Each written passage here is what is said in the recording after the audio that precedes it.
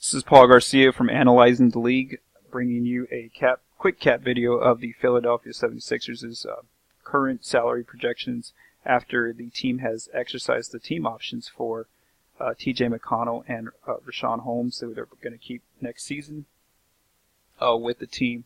So that means that McConnell's back for $1.6 million, so is Holmes at $1.6 million.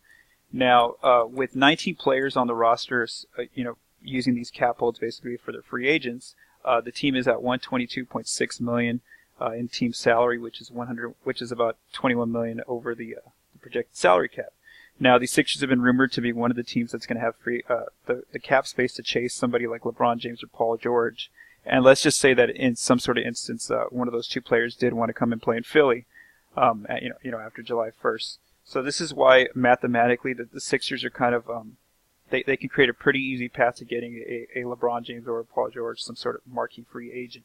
The first move they need to make is to trim their roster as far as their free agents go. So they probably have to renounce the rights, their bird rights to J.J. Redick, announce their rights to Amir Johnson, probably keep the 10th pick. If Pasechniks isn't ready to come to the NBA at this time, you could probably leave him overseas, just writing that letter to let the league know. The 26th pick for now stays on the roster. Marco Bellinelli, Arsenio Ilyasova, and Demetrius Jackson.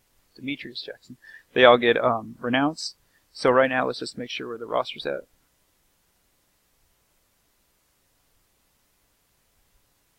Okay, so the Sixers right now, as you can see, they have a 13-man roster that is with $25.1 million in cap space open. Now again, they're still about $5 million short for Paul George. You got to be at 30.3, and for LeBron, you're still about 10 short.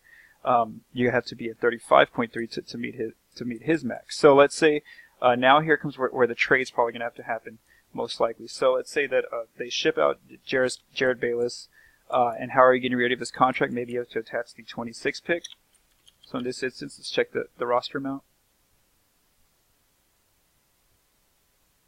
Okay, so they have 11 players, and so now we need what we call a roster charge to make sure there's always 12 players on the roster.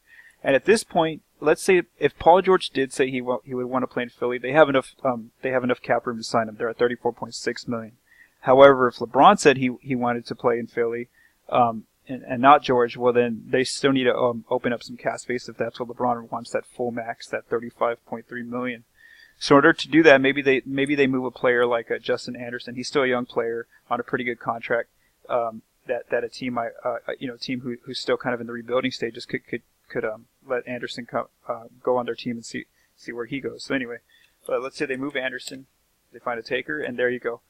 In this instance, they have $36.3 million, which is enough to sign LeBron at $35.3 million, and from there, they'd have basically. Let's say they'd have a 12-man roster with LeBron on that team, and you're keeping the majority of last year's squad from Philly with Embiid. You got Covington, you still got Fultz, Simmons. You've added the 10th pick in the draft. You got Saric, all these players, and you can still use the $4.4 million what we call the room exception if they wanted to still try to upgrade that roster and get a decent role player. So mathematically, this is why the Lakers and Philly have been kind of known as two of the favorites in terms of cap space to get LeBron James, just because it's a lot easier for those two teams to create the cap space for him, or even for Paul George, if George wanted to come to one of those two teams. So this is a quick cap video. My name is Paul Garcia. I'm from AnalyzingTheLeague.com. Hope you enjoy.